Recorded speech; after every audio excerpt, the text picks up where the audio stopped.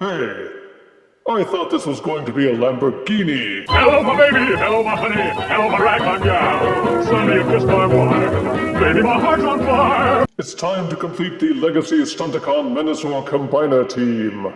And the last figure to polish him off is Deluxe Breakdown. Introduced in Season 2 of the original Generation 1 cartoon, Breakdown was the constantly paranoid member of the Stunticon team who just happened to transform into the coolest looking car.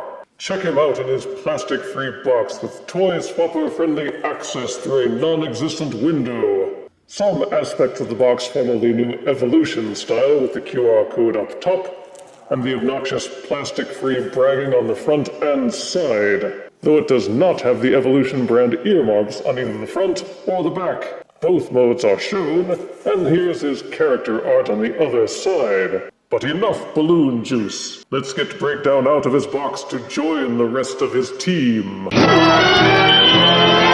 Out of box, Legacy Evolution Deluxe Breakdown comes with his instruction booklet, a white plastic gun accessory which was painted black, and a white plastic spoiler for the car which also doubles as his Evo Fusion gimmick. Just plug the spoiler into the ports which come with the pistol, and voila! It's his axe weapon. Boom! And this is Breakdown in his alt mode, and let's get it out of the way right now. Yes, it's just a remold of Legacy Wild Rider. Whereas Generation 1 Breakdown was very distinctly a Lambo, the only thing on the Legacy remake which makes it Lambo-ish is the rear spoiler, and even that's detachable. Use these two holes on the back of the car to mount the spoiler to the car itself, and that's about as Lambo as it's going to get.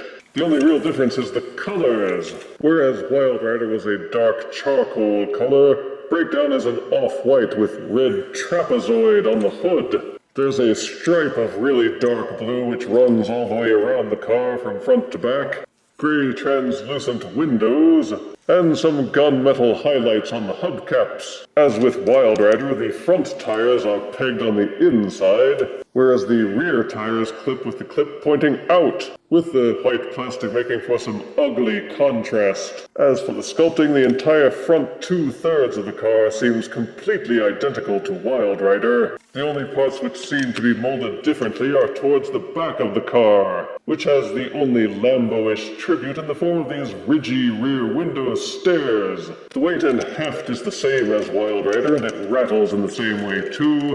From underneath the car you can see the robot chest has different molding, and more on that later. But all the other molding seems to be a perfect Wild Rider carbon copy. Some people might call that lazy, and I am one of them. Boo!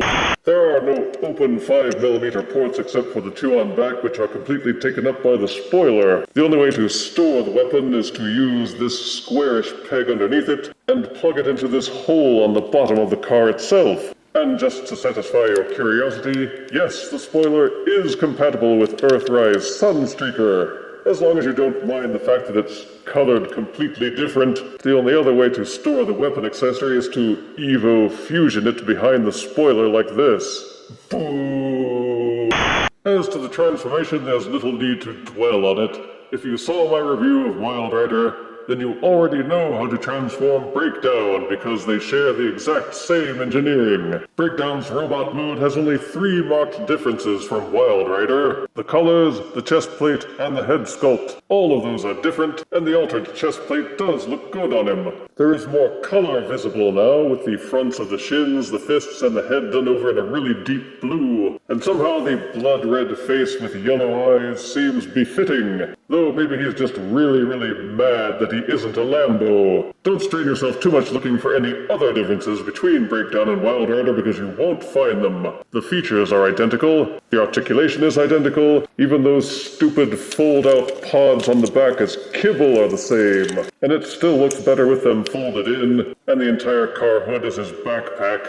It's like the designers all took the day off when it came to work on this one and recolored Wild Rider in Photoshop, then shrugged and said, good enough. And that's really how you feel about this figure in the end. It's just good enough. Good enough to finish Menasor, but not really outstanding in and of itself. Though again, like with Wild Rider, there's not very many places to store the weapons except for the ports on his hands, the ones on the fronts of the shins, the ones just behind the knees, or under his feet. As to the Evo Fusion gimmick, it's just pegging the spoiler into the gun, using its included ports, then saying it's an axe. If so, it's the dumbest looking axe what I ever did see. You can avoid the shame of the axe mode just by plugging the spoiler into any other open port, or hold it in his other hand like it's a boomerang. In the end, there's really no good way to use this as a separate weapon accessory, it's just dumb.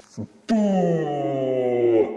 But now the moment you've all been waiting for, how to complete Menasor. Take the Legacy Breakdown figure, and do the same thing to it that you did with Wild Rider. Prise the front window, and tilt it backwards until it's pointing towards the rear of the car. Then you take the entire front section of the car and just tilt it forward a bit, then angle the window back down so that it kind of holds it in place. It doesn't tab in, so don't try. Take the Menasor Gestalt, turn it around, then that last empty gap on the back of the right leg is filled in by Breakdown. Marry up these ports on the underside of the car to the pegs at the back of Menasor's leg, push them together. Towards the base you will see this tab and this groove. Those also push together. It's a question of how tight you want to make the fit. There have been reports of people who've pushed it on too tight and the pegs snapped. I certainly don't want that to happen after all the effort we went through to finish him, so I push mine on until it's firmly in place and no harder. That finishes the last of Menasor's limbs,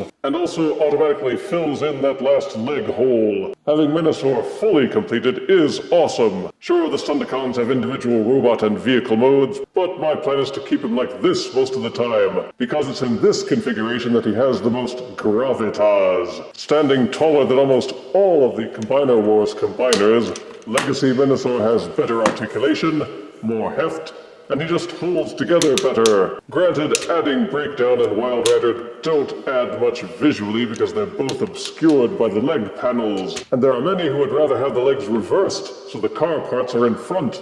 And I must say that I agree. You can get a hint of how that might look simply by rotating the waist 180 degrees, or rotating each of the Combiner port knees. But doing so inverts the knee articulation so the legs bend forwards, which just looks wrong.